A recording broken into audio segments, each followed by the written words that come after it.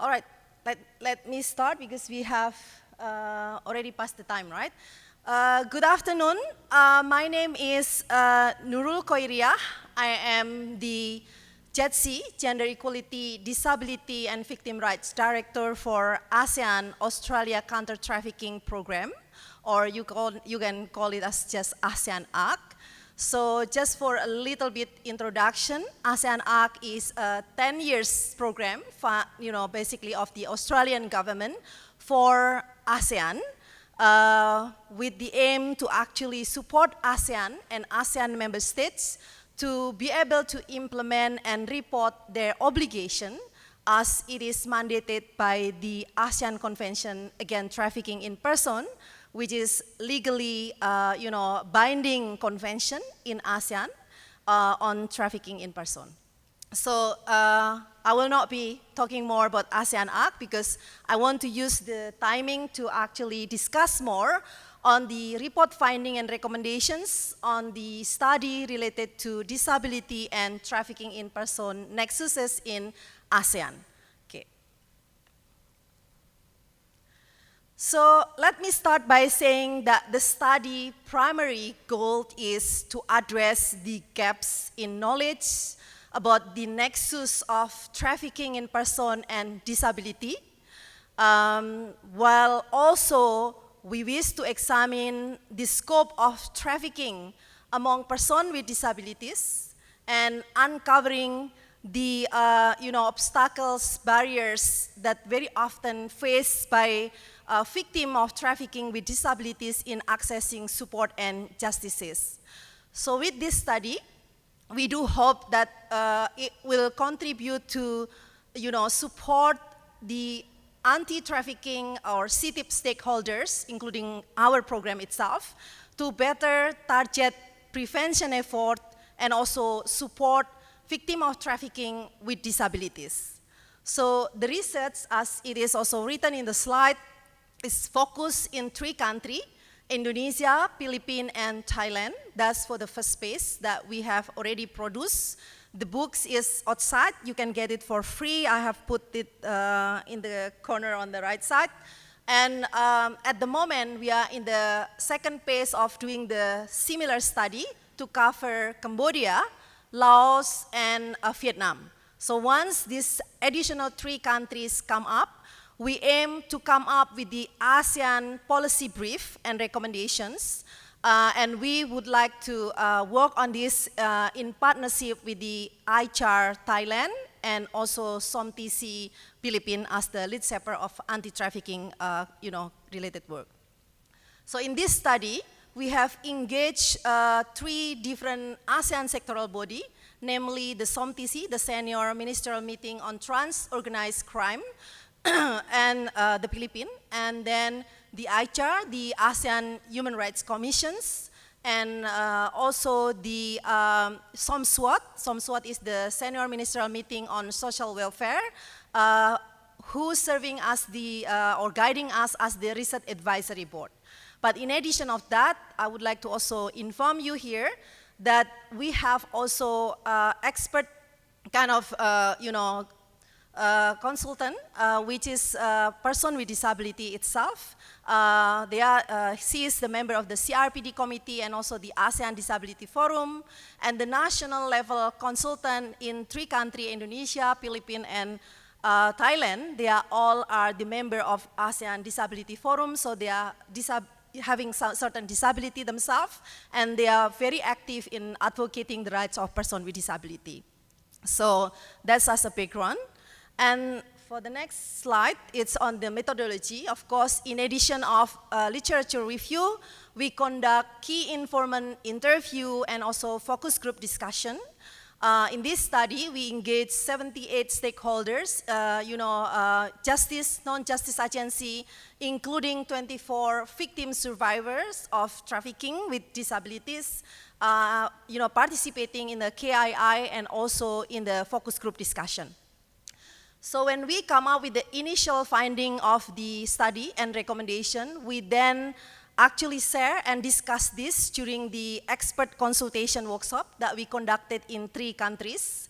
And in this regard, around 48 people involved in looking at that and also reformulating the recommendation that was initially drafted by our research team. And the final draft of the report was then validated in the 3 national level consultation workshop with wider stakeholders, around total 100 participants from 3 countries attending, but 1 in each country. They are also the same: justice, non-justice agencies, civil society, including OPDs, Organization of Persons with Disabilities. So after this workshop, we gather input and feedback from these wider participants attending the validation. We then finalize the report. On the intersection between disability and TIP finding, this study found that having a disability can make a person more vulnerable to trafficking. But however, it also found that victims of trafficking having disability as the result of trafficking, in which TIP victim, as we all quite aware on it, commonly experience quite numbers of physical, sexual, and psychological abuses, and include workplace injuries and so on, while also, at the same time having a problem or challenges in accessing medical and mental health care, right? So this somehow lead to disabilities, particularly when victims who, do not receive the care and the care that they need, or even long-term cares that they need, because very often is still absent.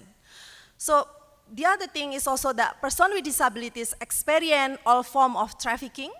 So this is very much in line with broader trafficking pattern in the ASEAN region, from sex and labor trafficking, including begging as the common kind of type of exploitation happen to persons with disabilities. Women and girls with intellectual developmental or learning kind of disabilities, and psychosocial or mental health disabilities are particularly vulnerable to sex trafficking, including online sex trafficking. And also, there is an anecdotal that we have gathered during the study interview. Trafficking in persons with disabilities is often, perpetrated by their own family members. Migrant workers who experience sexual and labor exploitation or abuses, again, often, experience these sustained injuries, illness, and trauma, which then also lead to certain degrees of disabilities. Can be mental, can be physical, and so on. So the psychological impact of trafficking are actually exacerbated by the challenges in accessing mental health care, and also negative stigma associated to it when you are accessing, the needs of mental health care. So people will look at you, you are a crazy person, and kind of that. And people somehow hiding that, and they do not seek kind of support and assistance, and become, contributing to more longer kind of impairment and so on. So that's what we learned from the study. On the key findings, we have looking at the vulnerabilities. The study documents numerous vulnerabilities of persons with disabilities to trafficking, among others, including that persons with disabilities and their families experience higher levels of poverty, and in which, of course, this becomes a strong kind of link to the risk of trafficking as vulnerability. And persons with disabilities have limited access to equal kind of education or access to educations. This, of course, means that they might even actually susceptible to deceptive recruitment, this kind of like luring, being lured, easy to be lured, and so on, and even maybe less aware about their rights and where to seek for support and, when they have the problems. So there is also lack of accessible and understandable information on trafficking in person that specifically targeting person with disabilities. I have not aware, even from this study that we have looked at to date, any, informations, awareness raising materials, even, translated or formatted in a braille or in a format that person with disabilities, with vision, with hearing problem are actually can read or can have the access to it. So this is still kind of like happening in the ASEAN region. And persons with disabilities also often have fewer options for decent work or experience like discriminations in employment, which compounds poverty and make them become even more vulnerable to trafficking, including to this very deceptive recruitment process. Gender and age make persons with disabilities also vulnerable to different types of trafficking. Women with disabilities often subjected to sexual exploitation, including like pornography and so on. And then men for labor exploitations, lower paid, even working for the same categories of job.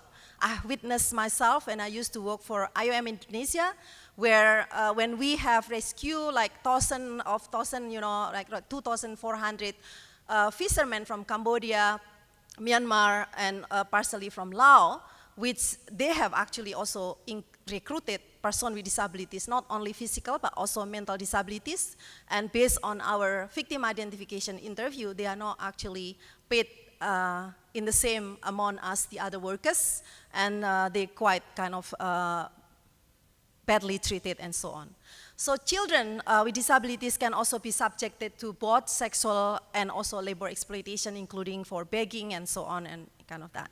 In Europe, for example, beyond this, when we attending the OSCE conference, children with disabilities was even, nowadays are being used to carry drug as a courier within the city, and because law enforcement will not be detecting them as potential criminal, so they use them and carrying this drug among those users and so on.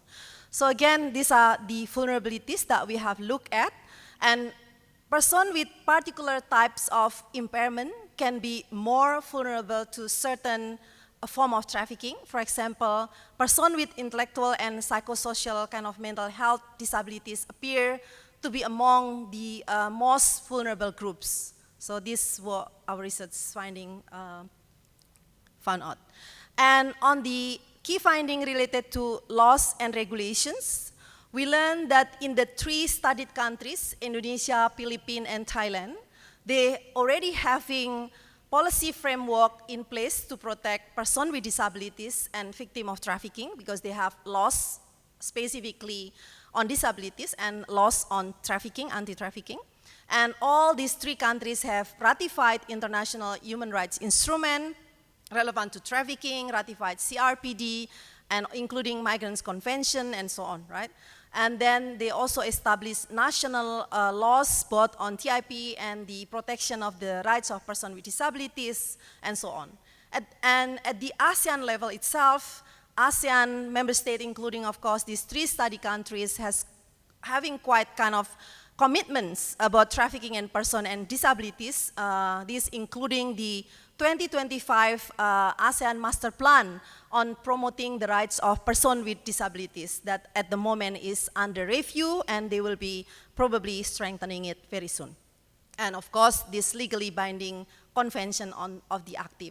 The ACT itself, if you look at the Article 5, for example, has actually called upon ASEAN member states to recognize persons with disabilities as group that is vulnerable to trafficking, and suggest any trafficking cases, happening toward a person with disabilities group, the government should impose harsher penalties, for the offenders and so on. But of course, these are not always adopted at the national levels. In certain degree, these 3 countries has recognized the vulnerability of persons with disabilities, but do not sufficiently translate them into each of the provisions. you know, so that's why the implementation of the laws itself is still quite, you know, challenging and, you know, two different things, right? The next one, oh, I already moved here. Oh, okay. Okay. Yeah, on the access to justice. On access to justice, among others, the key finding of the report indicate that, you know, traffic victims with disabilities face a range of challenges in accessing justice, including limited access to legal assistance and reasonable accommodation. Of course, when we talk about reasonable accommodation, is a lot of things to be unpacked. Among others, I can give you an example that, you know, none of the justice kind of rights information are always made available or tailored in a format that person with disability understood.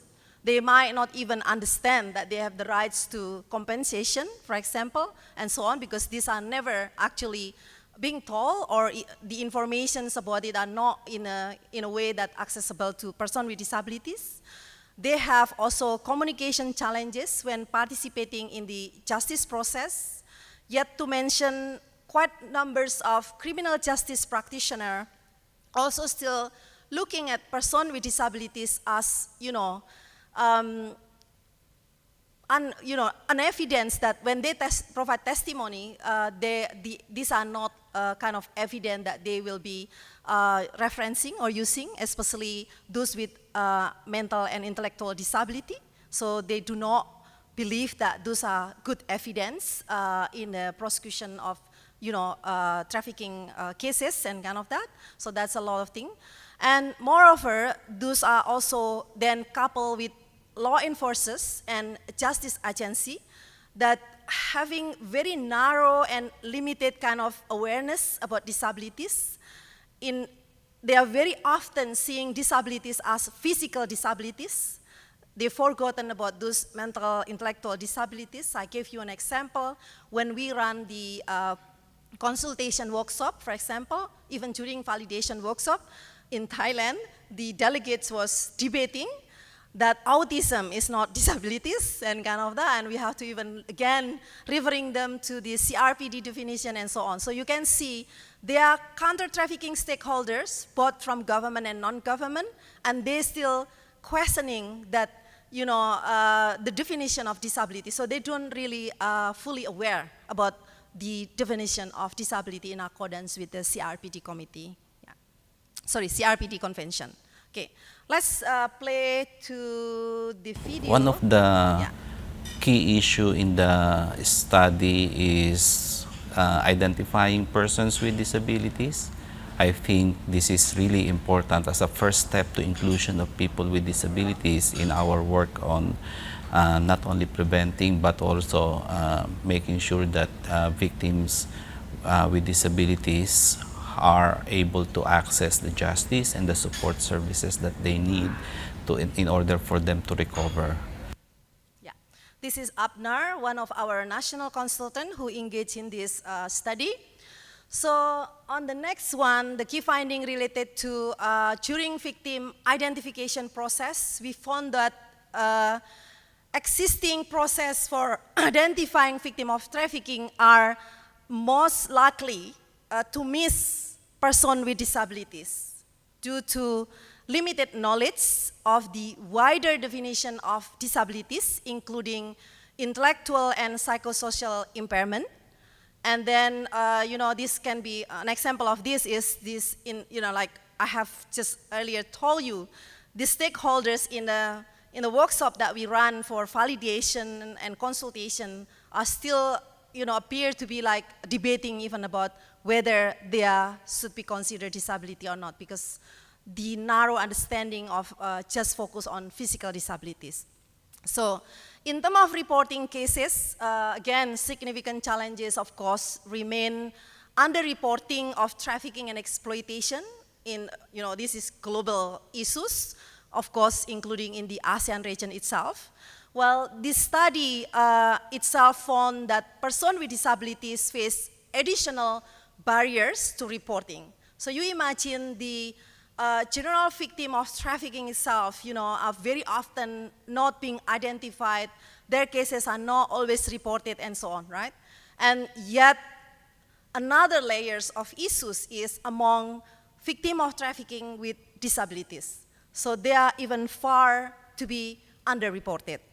In the 3 study countries, we learned that limited access to education and information or having an intellectual disability means that persons with disabilities do not always recognize their experience as trafficking, right?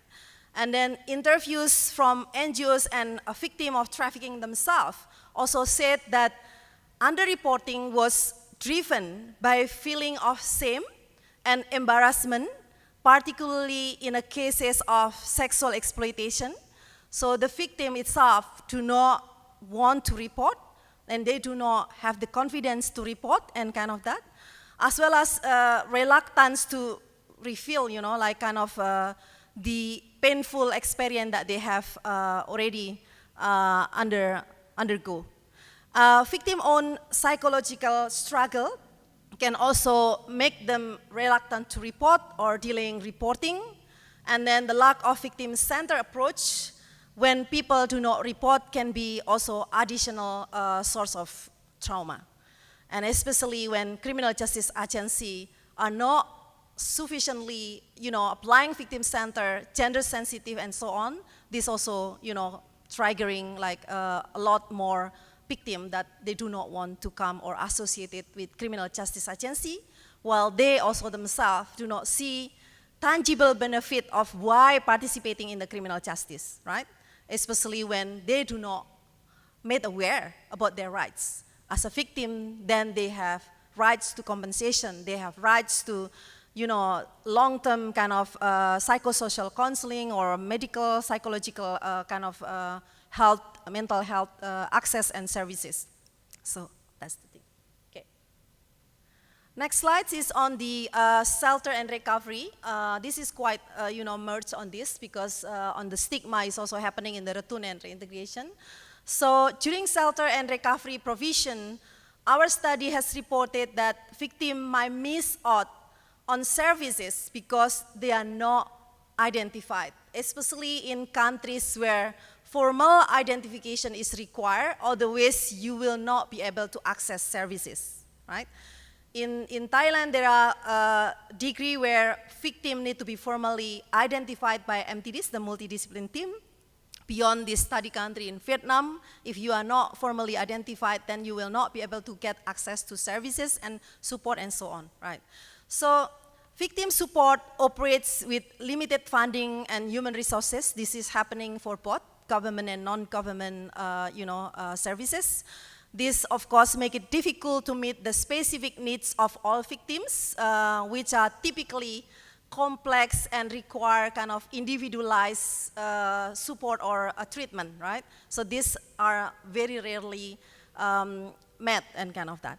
So provision of psychological and psychiatric care of victims with disabilities is particularly challenges. Why? For example, long-term care option for physical and mental health only available in a big cities where victims are mostly coming from, say, village or far from the city, and they need to travel and it's not possible and so on, especially with those disability situation. And then this also, of course, make it difficult for victims of trafficking to recover, and their disabilities probably even worsening, especially when it comes to mental, intellectual, and kind of that, disabilities or impairment. On return and reintegrations, support is particularly challenging to provide when family members have been involved in trafficking, right? So you will not be able to actually return to the family members if the families, the mother, the fathers might engage in the trafficking. And from our interview, they have also revealed extended family, for example, might refuse or have no capacity, not only that they are not willing, but they have unable because they are not having the capacity to actually support the persons. It's not cheap, of course, to take care of a person with disabilities itself. So limited return support only by land and sea This is in Indonesia, for example, poor or even lack of reasonable accommodation. The government, yes, provide assistance to return, but then only by land and by sea. This is the Ministry of Social Affairs of Indonesia. And while those with certain disability are not possible to undertake long hours travel or journey back home and so on. So, trafficking victims with disabilities also face significant risks of being re-trafficked, of course, when the underlying drivers like poverty, lack of education, and limited employment and livelihood opportunity are not being addressed. So prevention is not enough just providing awareness raising about the risk of trafficking, but again, poverty eradication and so on is become also very crucial and important. Okay. Now move to the recommendation. This slide indicates some key recommendations that we wish all counter-trafficking stakeholders, both government, non-government, to carry forward in improving counter-trafficking responses, among others including like under the prevention pillar, to expand the awareness raising target to include persons with disabilities. So materials, information should be tailored in a format that they can understand and accessible for them. We also need to improve the TIP data by disability for better policy reform. So it will be it turns to surprise when we do this study. None of the ASEAN government, including civil society, if I might also say, including UN agency, has actually collected TIP data by disability segregated. None. Thailand now starting initiating that, but their data is still zero, right? So these are a bit kind of interesting. I used to work for IOM. I don't also recall that we have TIP data by disability. So when we do not have that data, the debate when we have the consultation with the government is like, there is none, right? There is none. And again, it has become worse when their understanding of disability is physical disability, which is easily to be seen by your eyes, while disability are very often invisible, especially because of this negative stigma and so on. People are keeping it inside, and these are worsening their condition. So under the protection pillar, we need to also enhance holistic and inclusive victim protection responses, including facilitating the sharing of knowledge and emerging good practices on how to better implement inclusive CTIP responses for persons with disabilities, right? Not only, LGBTQI group, women, men, children, and, but also this person with disabilities. And on law enforcement and prosecution, we need to strengthen inclusive justice services. For example, we might suggest to, related government agency to develop explanatory guidance on how trafficker can abuse the position of vulnerability of persons with disabilities. UNODC has guidance on, explanatory on the abuse of the position of the vulnerability, but they did not tailor or, very general, and they did not really have a specific guidance in dealing with related vulnerability of disabilities. So this is still needed and lacking even at the regional and international level. And consider the means elements, because in trafficking, everyone familiar with the three interrelated elements. So in this context, means elements also need to be looked at, right, when determining someone is trafficking or not, especially for persons with disabilities with intellectual and, mental kind of impairment, because we have seen a case in the Philippines during this study. A woman can be 24 years old, but the intellectual capacity is only 8 years old, right? So if you are a prosecutor, what will you do? Will you use the three interrelated elements, or you ignore the element of means, like treating them like a children, as the Palermo Protocol says, right? So there's a lot of debate. So prosecutor, some might say, oh yeah, we can consider only 2 elements, but many still say no. She is 24 years old, cannot be. 3 interrelated elements need to be proven and so on. Yet to mention about consent, right? So informed consent, how do you undertake informed consent when you are, say, engaging them in the criminal justice process or even in a service delivery? Because when their age is, adult, but then their intellectual capacity is not like an adult, how do you do that, right? Of course, ideally, then this should be both affirmative assent, like a treat for children, and then informed consent for those guardian or parent and so on. But these are not always applied in effect of this current situation that we look at. Okay, so these are the recommendation. The last part is on the cooperation. On the cooperation and partnership, it is important to support coalition building between OPDs, Organization of Persons with Disabilities, and CITIP stakeholder. From this study, we learn the disconnection between CITIP stakeholder and OPDs, both in the government and non-government, right? So for example, in ASEAN, none of the existing national anti-trafficking task force or committee or council have even include the disability agencies, government disabilities agencies, as part of this task force. And yet, civil society coalition might miss to invite persons with disabilities. I hope this conference is also open for OPDs and they are being invited, because otherwise we are also continue to contribute to the disconnection, right?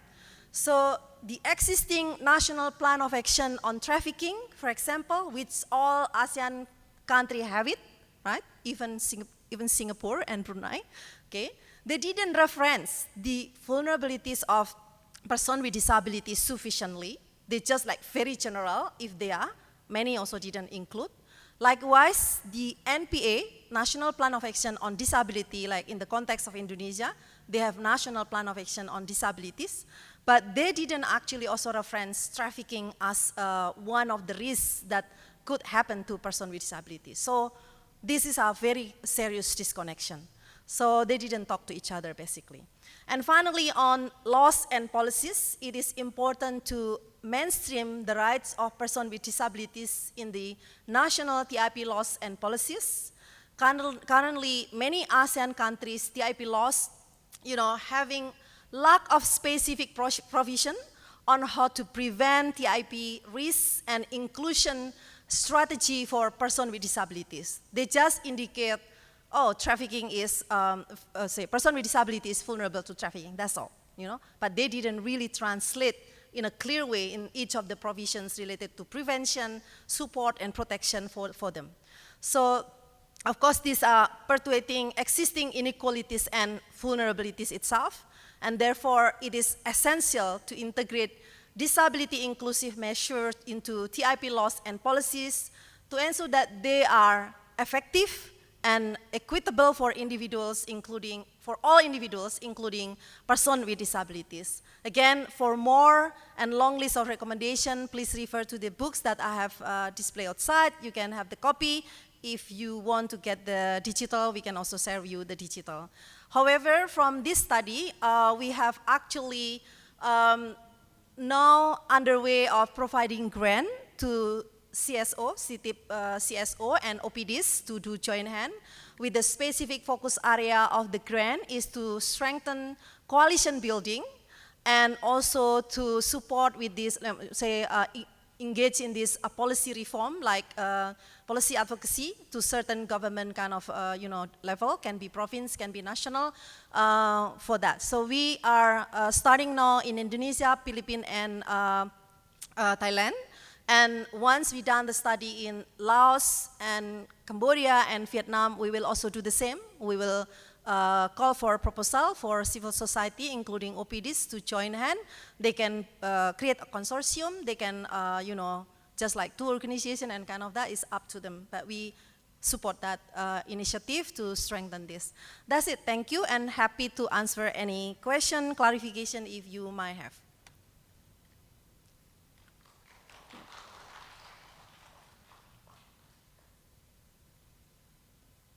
Any? Or you can share too, from your experience. Yes, please. Do you have microphone?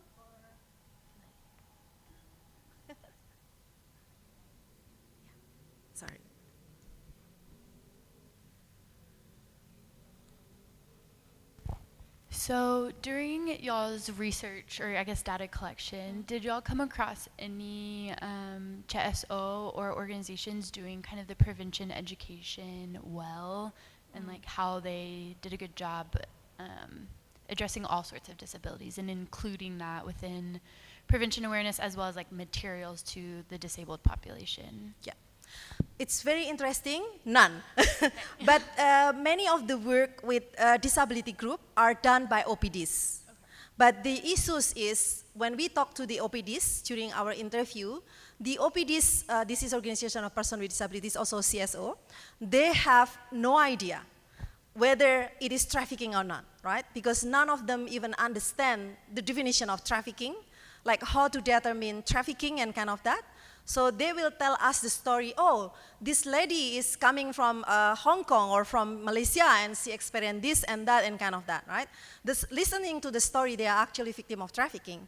But since OPDs are not familiar with the work of trafficking or even defining trafficking, so they didn't refer to the existing civil society or government services. This is the issues. And we also, in the same time, learning some, like SPMI in Wonosobo, they have identified quite numerous migrants who return with disabilities, right? And they have providing this kind of trying support, but then they also do not actually having the capacity, especially because they are not expert on disability, and they didn't also refer to OPDs and kind of that. This is what happening.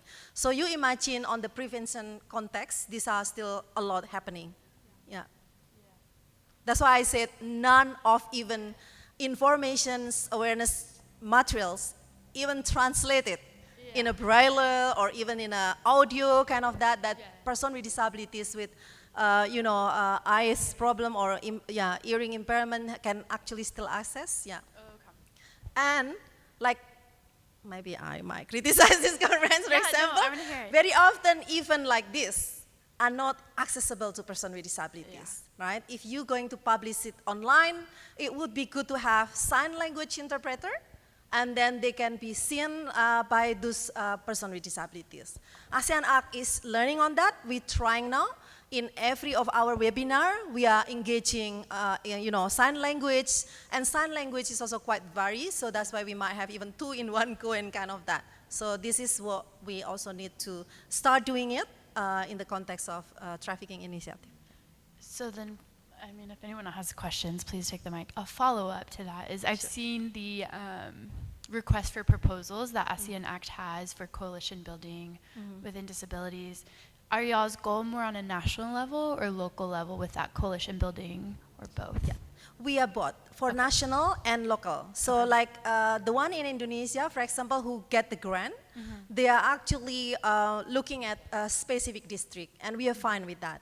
Okay. It was impressive for Indonesia. You know, when we open for call for proposal, we have massive applicant from Indonesia, but less applicant from Philippines and lesser applicant from Thailand. Yeah. So that's why we are trying now to also engage other Australian program if they have any kind of other funds to share those application to them, and if they might want to consider. Wait, jadi Indonesia di mana? Di Bogor. Oh, okay, bagus. Yang dapat grant. Ya, yang dapat di itu, Bogor. ya. Yeah. Okay, cool. She speak Bahasa. Yes, please. Just kidding. Yes, I'm Qoiriah from Cambodia. And not very last sentence you mentioned only Thailand, Vietnam and Laos, but without Cambodia, that ASEAN-ACT support the partner working on the disability, right? We call OPD, yeah? Will be. At the moment, we are in the process of doing the study Yes. for Laos, Cambodia, and Vietnam. And then once the study is done, we will, open for call for proposal similar. Yeah. Good, yes, very good, because right now, Chaptai Coalition, we have been leading more than 50 NGO in Cambodia, working on fighting with human trafficking or some part of the inclusive working approach that we have in hand right now. Yeah. So in our inclusive approach, we include all LGBT and also disability with human trafficking. Oh, very good. So we do hope that ASEAN-ACT will open this side. We So will my question, definitely inform you. I just worried because that so far many NGO that we call OPD that they're working together, not specific NGO working directly on the disabilities, because that they are just niche of they are working together with another part of the target group that we identify as vulnerability. Yeah. So this is why I'm not sure, because that you mentioned about data management of the disability or disabled people. So my question, how can we identify, because right now we are facing with the difficulty with the victim of human trafficking by different language. Yeah. We are not able to support them properly. That's why that sometimes we cannot find any the factor or any a part of the victim identification. Yes. So they assume that they are not a victim, but absolutely they are the victim already. That is one thing, that how can we join together to make any of the part of the victim identification guiding, even by NGO, even by government, include disability victim identification in that. Yeah. But at the beginning, we don't have clear data. Even in Cambodia, I can say that we do not have clear data about the disabled people, because we can say only physical disability, but there are four main criteria of the disabled people, like mental. Yes. Some even that stunned also not considered as a normal people. They are the disabled also. Okay. Yeah. So straight to this question: this study include this recommendation into the study or not? The recommendation that. Yes. Yes. Yes. Yes, include recommendation per country. Okay. Yeah. So that this is we can base on this to make our advocacy or influence strategy with the government to allocate less or more on disability in human trafficking. In effect, we probably need to talk to you too when our researchers are start doing the study, and we will hold a national consultation workshop, and we will do KII, and definitely CHAPDA will be in our radars that we need to talk to and kind Excellent. of that. Yeah. Yes. Okay. So I'm sorry. Go to second question. I'm sorry. Yes. My mic in my hand right now. Okay. I just want, because I do mention about collaboration. Yes. But in terms of so far, we have already facing many challenges to supporting the victim of human trafficking by different services that we have in terms of protection or support directly, emergency, something like that. But how can we make sure that our support are not harmful to the disabled people? Yes. So this is just only the point that I don't know exactly the study has included this or not. No, the study does not have those practical kind of guidance on how do you deal with a person with disabilities, right? But look, from the grant that we are now about to start, basically the signing contract is this month, in Indonesia, Thailand, and also the one in the Philippines, all the grantees, surprisingly, having the same thought. They're going to come up with the development of reasonable accommodation guideline, which they will be lobbying to the governments who working on the counter-trafficking response to actually also reference that. So that's why it's so exciting and looking forward for that, because that reasonable accommodations guideline will then can be shared to other stakeholders outside of these three countries. But of course, adjustment need to be done depending on the situation of national level, because policies and laws can be different, right? And kind of that. So this will be another unpacking things that we need to be done in the context of trafficking. And trust me, till date in the ASEAN, I haven't seen any reasonable accommodations guidelines for in the context of trafficking has been actually developed by anyone. So that's why we are quite happy when the three grantees, actually wanted to do that. So this is something that's so exciting. Another thing is, I'm interested to respond on your context on identification. On the victim identification, this is a very serious, right? So these are very serious work that need to be, first of all, need to be done. Because if the identification is already wrong, not accurate and kind of that, then there will be no cases engaging persons with disabilities fall into trafficking to be investigated and yet to be prosecuted, and the prosecution, and yet to be adjudicated, right? So this is the problem, and none of them will even accessing services and so on, because the identification is already the problem. So again, if we want to unpack the identification, like what I have mentioned earlier, we need to advocate the element of means, right? Whether this need to be included or not, especially for those with mental intellectual disabilities, right? And then the elements of this abuse of authority, right? Abuse of power and authorities, which is very clear in each of the TIP laws in the countries in ASEAN. But many criminal justice agencies, even victim ID officer, has no idea what is that, right? So that the disability itself is vulnerability, right? And this should be considered, and therefore, the element of mean is actually already proven when the person is disability, right? Having certain disability. But yet, these are being unpacked, and therefore, many of these criminal justice agencies, including victim ID officer, get lost with it, and therefore, less and less, victim with disabilities are actually being reported and kind of that. So, yes, if you want to ask me personally, I will start with the victim identification. We need to start advocating on this, and then ensuring that the guideline itself is also looking at those components, right? The element of consent, the element of means, the element of this abuse of authority and so on, abuse of vulnerability and authorities and kind of that. And then we have to also, ensure the reasonable accommodation, like available sign language being made, when they are needed and kind of that, and other things. Because how do you going to even report to the police when the police office is not accessible even for those with physical disability? And then this officer does not even know how to talk about it. So that's why we keep talking about victim-centered approach, gender-responsive approach, and kind of that, the JETSI approach. In Australian, kind of program, you must spell the disability. So that's why my title is JETSI, Gender Equality, Disability, and Social Inclusion. Although like disability is supposed to be part of social inclusion, they wanted to have specific dedicated disability, because these are need to be spelled out. Otherwise, it will be missed and kind of that. So that's why let's join hands together on how we can actually strengthening the identification. And since you are from Cambodia, it's very good timing.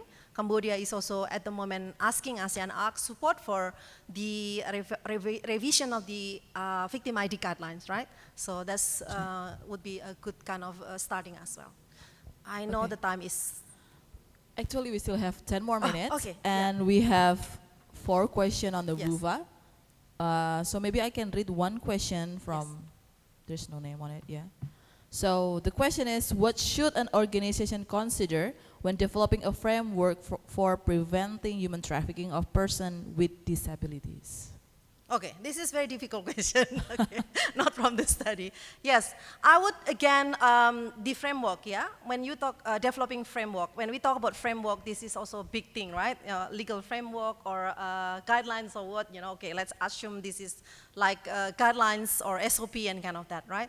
I will, first of all, since I'm not disability expert, I'm trafficking expert, I might claim that, because I'm working on trafficking for 20 years already, engage the organization of persons with disability in your, process of developing such framework. Because we cannot speak on their behalf. They know better. And when we talk about OPDs, Organization of Persons with Disabilities, we're not only just talking with one group. There are numerous groups. There are quite groups of persons with disabilities just focus on physical disabilities. There are, kind of psychosocial kind of disabilities and other type of disabilities. There are quite group. And if you need information how to contact them, ASEAN-ACT very happy to engage you with anyone that we know, especially from the ASEAN Disability Forum. So at the ASEAN level, there are already this, group of coalition, they call it ASEAN Disability Forum, and they have member at each national level. We've been like very much working very closely with them and from time to time. And again, trust me, not only developing the framework. When ASEAN-ACT run a conference and we have invited OPDs and also persons with disabilities to attend. Our team, even the hotel that are working for our event, need to be briefed. And who briefed them? The organization of persons with disabilities, the expert of disability. They tell us what to do, how do you communicate, how do you stand, how do you sit down, how do you kneel and kind of that when talking to them. It's very detailed. We need to start doing that. Otherwise, you know, we also contribute to the disconnection itself. Okay. I hope that will answer the question from whoever asked this question, but Yeah. if it's not answering your question, please contact you. Definitely, very Yes. happy. Yeah. And maybe one more question from online, and Yes. if we still have more time, we can. I'm very happy to yeah. do more. Yeah. Okay, so one more. What specialized services are available to assist people with disabilities who are victims of trafficking? All of available services, unfortunately, based on the study, is very limited, right? The only available services for person that, you know, taking into reasonable accommodation for person with disabilities is still very narrow, only specific to physical disabilities. In Thailand, for example, the Thai government, they have shelter that accessible for physical disabilities. But then they are not yet trained on how to deal with others' impairment beyond physical, right? So this is still a problem, and that's why the study is revealing that information. In Indonesia, also similar. And yet there are even situations, like in the context of this study in Indonesia, if you are a person with disabilities, you are being placed in a dedicated shelter for person with disabilities, mixed with other different type of crimes or, you know, cases, which probably somehow also not a good situation for them, you know, because they do not actually probably want to be like shelter in the same place with the, say, orphanage or maybe, you know, homeless and kind of that. Unfortunately, this is what's happening. And some, again, they have those accessible for physical disability, but many from our study, they are not ready to deal with the intellectual, mental, psychosocial impairment. And that's why many not even being identified and their data reveal nothing, kind of that, yeah. And again, it's like, just one additional thing is like, this is like a chicken and egg, right? You know, and then like when I was like quite sad to hear quite senior police officer in a country, I don't want to reveal the country, was saying why we have to even consider this disability inclusion when in effect we have zero or we have only one case, right, of victim of trafficking with disabilities. It's too expensive. Our budget is not much, and this is so much, and kind of that. Exactly. This is what the meaning is. What's the meaning of no one left behind, right? That we are being inclusive and kind of that. We have to look at ourselves and in applying this. And many always justify lack of resources. So this is because lack of political willingness too, right? If you have the political willingness, you will start doing it and kind of that. And of course, thinking outside the box, engaging OPDs, engaging different organizations, working joint hand is very important. This also probably referring to his question. Yeah. Okay. Yeah, I think we need to talk more about this since we don't yes. have a lot of resources. Yeah. But I think one more question from here. We still have 4 minutes. Oh, Hello, I'm Dewey. Before working for human trafficking sectors, I was working for the educations, and I was working for the creative education institution in Cilincing, Jakarta. Okay. Yeah. At that time, we served the children. These children, they cannot come to school because they cannot afford it. The family cannot afford it.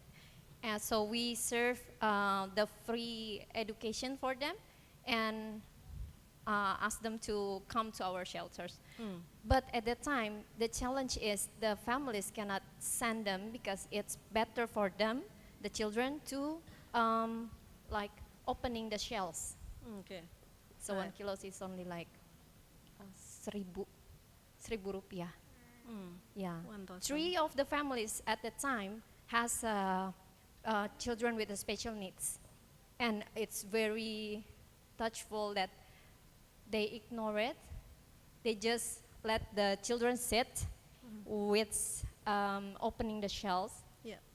and do nothing about the education, healthy, or the mental health or something like that. Yeah. They don't care. The family don't care. And when we want to report it for our government, they say no budget to do that, and there's no motivation. My question is like, is there any movement maybe now for national movement in Indonesia maybe that's already aiming to make an advocacy or movement that connect? Yes, there are. It's very, Indonesia actually quite advanced compared to some other country in ASEAN, because the government, the president was just a few years ago established the National Commission on Disability, KND. And during this study, we also engage with them. We invite them and we talk to them, we interview them. So KND is a good initiative, like funded by government. The commission is like independent people, and they are starting doing that. And outside that, I am in a group of civil society in Indonesia, over 200 organizations, actually in a day-to-day sharing, talking, and then kind of that. And the disability movement is ongoing now, quite strong in Indonesia. That's why we also shouldn't miss of connecting them in the counter-trafficking effort. So that's what I understand about Indonesia. I can connect you with them. And there's quite leaders, few leaders on this disability inclusion, like Ibu Maulani, and there are quite different organizations, in Jogja, that also quite prominent. They are even able to influence court, the judges, to come up with the guidelines on disability inclusive. So if you probably look at it, the court in Indonesia is also quite more even advanced. So they have, looking at this, paving block and whatever, to accommodate a person with disabilities, the court areas that are accessible for wheelchair and so on. But again, they probably need to strengthen more on the impairment, intellectual and mental disabilities. But they already done at least at the physical disability. So that's the thing. That's because of the strong movement from civil society and OPDs in advocating that. And you will be surprised, like some organizations in Jogja, for example, even train the judges about how to be disability inclusive and kind of that. So this is good thing if we can actually join hand with the OPDs in different countries and starting making this movement to be like, advocating more and more, maybe the door will be wider open. Yeah. Thank you, and I know time is up. Yeah. Please pick up the books if you like, and if you do not want to carry hard copy, just scan here.